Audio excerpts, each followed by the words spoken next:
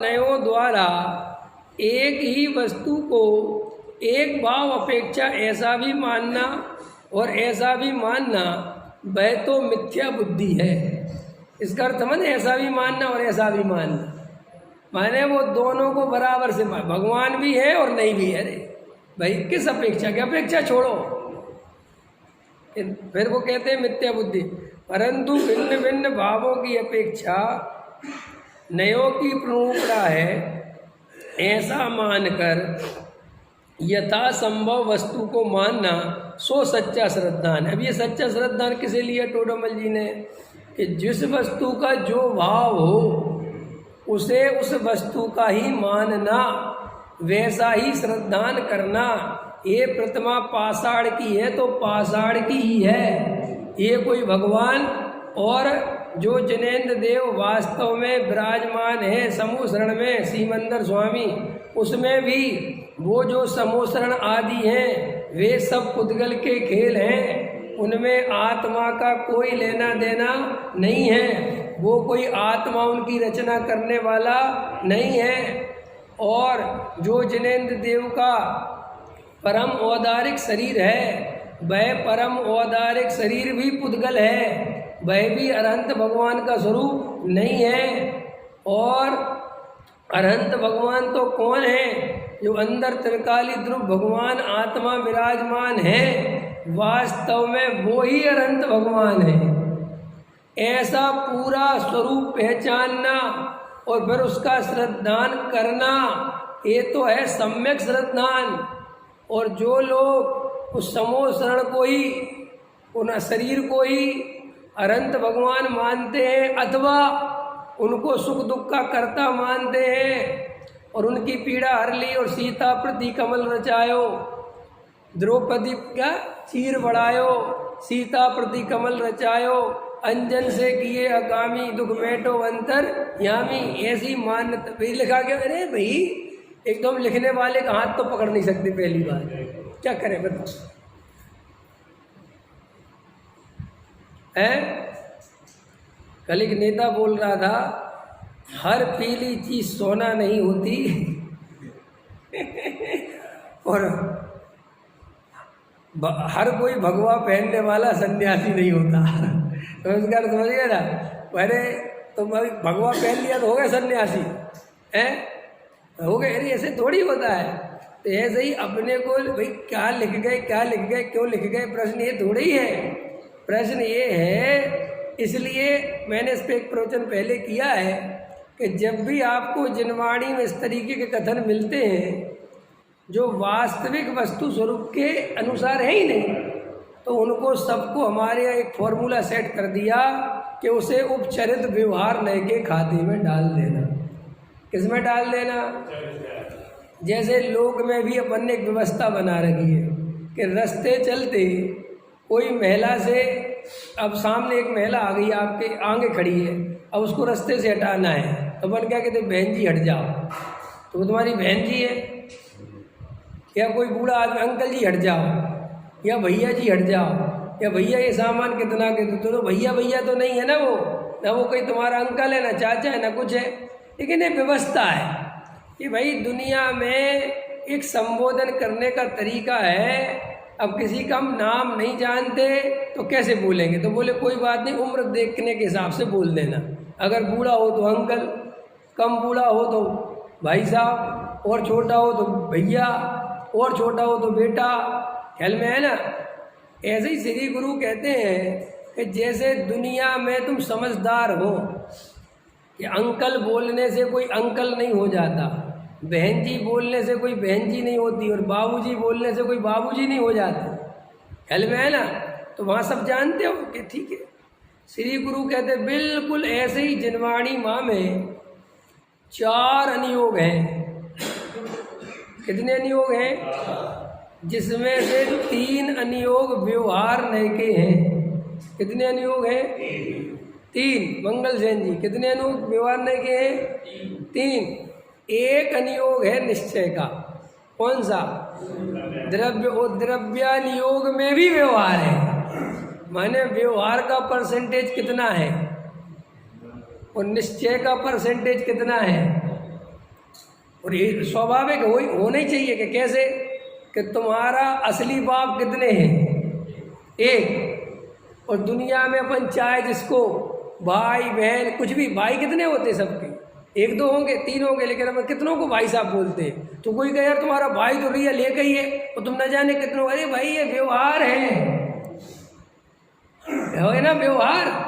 किसी के बहन कितनी है, एक है, हाँ 99.99% व्यवहार के क्यों साबित। अरे भाई भगवान आत्मा तो एक ही है ना, त्रिकाली ध्रुव तो एक ही है, तो भाई उसकी बात कितनी करी जाएगी, इसलिए वो आजू बाजू का व्यवहार है। तो जिनवाणी कहती है कि जब ये व्यवहार नय का कथन आवे, तो व्यवहार जितने भी ऐसे कथन आवे भेद के प्रभेद के, भगवान के कर्ता धर्ता के स्तुति आवे है, और स्तुति में ऐसा आवे कि भगवान मेरी नैया पार लगा देना, ये कर देना, वो कर देना। पहले तो ऐसे भजन बनाने ही नहीं चाहिए, फिर भी चलो बने हुए हैं, और जिनवाणी में भी लिखे हुए हैं, और बहुत पहले से लिखे हुए हैं। सीता प्रति कमल रचाए और द्रौपदी चीर बढ़ाए, अब लिखे हैं, उसमें तो कुछ नहीं करा जा सकता। लेकिन इन सबको जिनागम में व्यवहार नय के खाते में डाल दिया। ये सब तुम बिल्कुल नहीं टेंशन लेना, व्यवहार नय के खाते। व्यवहार नय माने ऐसा नहीं है, व्यवहार नय की परिभाषा क्या है, ऐसा नहीं है, इसका नाम व्यवहार है, खत्म। एक उनने फॉर्मूला सेट किया कि जब भी ऐसे कथन मिले काय के नय में काय में डालोगे, और जहाँ जैसा वस्तु का स्वरूप है कि हे भगवान इस जगत के तुम कर्ता धर्ता नहीं हो, तुम तो मात्र ज्ञाता हो, इसमें कोई हरने धरने वाला नहीं है, ये वास्तविक है, ऐसा श्रद्धान करना, मैं निश्चय का श्रद्धान करना। इतनी बात समझ में आ गई, निश्चय और व्यवहार। तो देखो भिन्न भिन्न भावों की अपेक्षा नयों की प्ररूपणा है, ऐसा मानकर यथासंभव, ये यथासंभव शब्द क्यों डाला, यथासंभव माने जिस प्रकार हो, जैसे संभव हो, पूरा समझकर फिर वस्तु स्वरूप को मानना सच्चा श्रद्धान है। अब देखो जो इम्पोर्टेंट बात मैं कहना चाहता हूँ, इसीलिए मिथ्या दृष्टि अनेकांत रूप वस्तु को मानता है, देखो ध्यान से, परंतु यथार्थ भावों को पहचान कर नहीं मान सकता, ऐसा जानना। अब ये इम्पोर्टेंट बात है मुझे जो करनी है। देखो क्या है, अनेकांत जो वस्तु का स्वरूप है, ये बहुत बुद्धिमान आदमी चाहिए इसको समझने के लिए,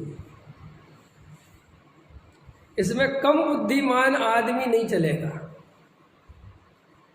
होता प्रॉब्लम क्या है, मैं आपसे एक बात कहना चाहता हूँ, आप गहराई से विचार करो, जिनके पास काल्पनिक ईश्वर है, कैसा ईश्वर है, काल्पनिक ईश्वर माने है ही नहीं, ऐसे काल्पनिक ईश्वर के भरोसे वे लोग जान देने को तैयार हैं, जान लेने को तैयार है, बम बांधने को तैयार है, किसके भरोसे, जो है ही नहीं। समझना बहुत गहराई से, ख्याल में आया। उनको अपने ईश्वर पे इतना भरोसा है कि बच्चे का क्या होगा, ये 6 बच्चे कर दिन का क्या होगा, उनको 1% चिंता नहीं है। ध्यान देना बहुत गहराई से। किसके भरोसे, मंगल सेन जी, किसके भरोसे बोलो, काल्पनिक ईश्वर के भरोसे। समझ रहे हो ना, मैं काल्पनिक ईश्वर समझ रहे हो ना क्या बोल रहा हूँ, काल्पनिक ईश्वर के भरोसे वे इतने श्रद्धानी हैं कि वे कह रहे जो होगा वो सब उसकी मर्जी है, अपन कुछ करता धरता नहीं। उनको मरने का डर नहीं लगता, वो कहते हैं जब तक उसकी मर्जी है मुझे दुनिया की कोई ताकत यहां से हटा नहीं सकती। किसके भरोसे, काल्पनिक ईश्वर के भरोसे। देखना ध्यान से, काल्पनिक ईश्वर के भरोसे उसकी ऐसी श्रद्धा है, और हमारे पास असली ईश्वर होने पर, असली भगवान आत्मा होने पर हमारी श्रद्धा कितनी नकली है।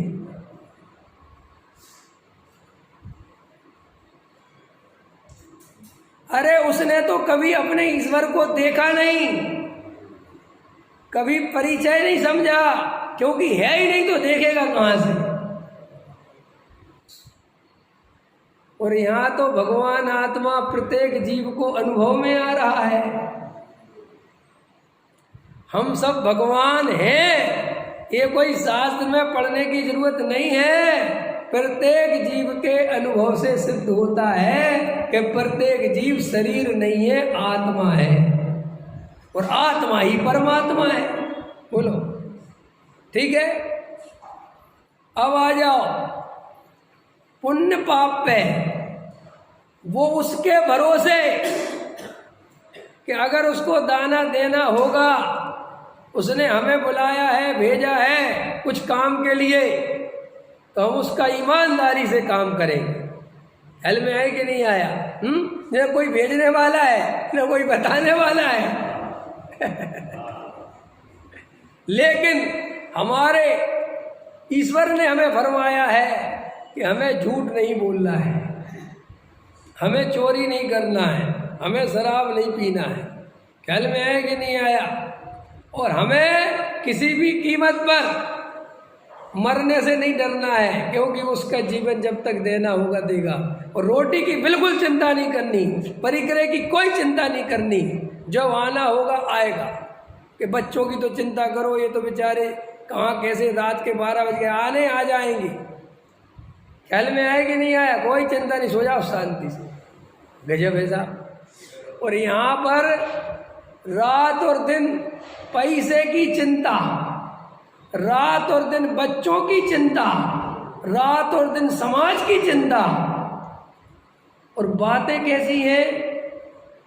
जिसने बताया जगत को प्रत्येक कण स्वाधीन है, करता न धरता कोई है, अणु अणु स्वयं में लीन है। बातें कितनी उत्कृष्ट। और जैन साहब की श्रद्धा देखो तो 2 कौड़ी की। क्यों हुआ ऐसा प्रश्न है? आखिर हमारी श्रद्धा मजबूत क्यों नहीं हो पाई? मैं भी 3 दिन होगा इसी पे सोच रहा हूं कि क्या कमी रह गई। हमारे जैसा वस्तु का स्वरूप पूरी दुनिया में किसी के पास नहीं है, हमारे जैसी प्रमाणिक बातें किसी के पास नहीं है, हमारे जैसी आगम की परंपरा किसी के पास नहीं है, हमारे जैसा वीतरागी धर्म कहीं दुनिया में नहीं है, और हमारे जैसा चरणानियोग पूरी दुनिया में कहीं नहीं है। फिर क्या बात है? न हमारा चरणानियोग ढंग का है, वो भी छल कपट मायाचार से भरा पड़ा है। न हमारा द्रव्यानियोग ढंग का है, न हमारा कर्णानियोग ढंग का है। क्यों कर्णानियोग ढंग का क्यों नहीं है?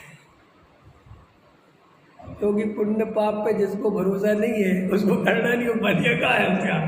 क्योंकि वो कर्णानियोग तो वो कहता है रत्ती रत्ती का हिसाब है। कर्णानियोग क्या बताता है? रत्ती रत्ती भर का हिसाब चलता है। तुम्हारा क्या है? तो तुम्हें भरोसा कहाँ है? और बोलो, और जिसके ये 3 अनियोग नहीं है तो प्रथमानियोग तो मतलब ही नहीं है, क्योंकि वो तो कह रहा कि ऐसे पुरुष हो गए और तुम्हें भरोसा ही नहीं उन पुरुषों पे है। बताओ, अगर हो गए होता तो फिर ये छल कपट मायाचार दिखावा बनावटी कहाँ से करते, कैसे करते हैं? अरे हम आचरण का ढोंग करते हैं, आचरण नहीं करते। और जिस दिन आचरण करोगे और ढोंग बंद कर दोगे, उस दिन तुमसे सारी दुनिया प्रभावित हुए बिना नहीं रहेगी। नहीं समझ में आया? आज हमारा आचरण ऐसा है कि हम पानी छान कर पी रहे हैं, समझना ध्यान से, ट्रेन में, और बराबर में कोई प्यासा बैठा है तो उसे पानी नहीं दे सकते कि क्यों, हमारा खत्म हो जाएगा, और हम शुद्ध पीते हैं, ये तो अशुद्ध शुद्ध पी लेगा। करते कि नहीं करते? यही है ना, अपन भोजन कर रहे हो तो अपन चुपचाप एक अलग कर लेते हो, दूर रहो दूर रहो दूर रहो दूर रहो। मंदिर की पूजा करने आ रहे हो और धोती पहन के आ रहे हो तो सरलता आनी चाहिए कि कठोरता आनी चाहिए? कि नहीं साहब लोग छू लेंगे तो कोई बात नहीं होगी पूजा, आज कोई आफत आ गई, लेकिन हम किसी पर क्रोध नहीं करेंगे और उससे कहेंगे भैया कोई बात नहीं, आज आपने छू लिया गलती से, आज मेरी पूजा रहेगी, कोई बात। दुष्ट खड़े हो जाते हैं, कुछ अकल नहीं है? अरे भगवान की पूजा का कुछ अकल बकल ही नहीं है, छू लेते हैं किसी को भी, वो तुमसे प्रभावित होगा, वो तुम्हारी पूजा से प्रभावित होगा, वो तुम्हें अच्छा जैन साहब मानेगा कि तुरंत समझेगा मूर्ख कहीं का। और बोलो हम ऐसी पूजा नहीं करते। अरे दिनेश जी आपने तो ऐसी पूजा देख ही नहीं है आप तो दिल्ली के हो, ये दिल्ली वालों को थोड़ी कुछ देखने मिलता है, हमसे पूछो, हमें पक्के गांव देहात के आदमी। समझ में आया? जब हम धोती पहन के निकलते थे आधा रास्ता साफ होना चाहिए। समझ में आया? समझ में आया कि नहीं आया? छुआछूत की बीमारी फैल जाती थी। तुमसे कोई प्रभावित होगा कि तुमसे चिढ़ेगा? और तुम इसे आचरण कहते हो। तुम शुद्ध गाने लगे तो तुम अशुद्ध गाने वाले को देख के मुंह बनाते हो, इसे आचरण कहते हो। इससे तुम दूसरों को प्रभावित करना चाहते हो। तुम कहते हो हम अपनी परंपरा को जिंदा रखना चाहते हैं, हम पानी, ऐसा पानी छान के पीते हो तुम। एक बराबर प्यासा बेटा, तुम कहते बैठे हो चुपचाप और खिसका लो अपनी बाटल इधर को, ले ले गलती से छून ले ले। कैसा आचरण है? कैसा शुद्ध सात्विक भोजन है? कोई बाहर का खाना खाने बेचारा आ जाए, और चाहे वो खाना फिर जाए, हमें अपने अपने घरों में डिब्बा भर भर के ले जाएंगे, लेकिन गरीब को नहीं देंगे। जी हमारा आचरण है, यही है ना हमारा आचरण। अब सच्चाई आती तो तकलीफ होती है ना थोड़ी सी।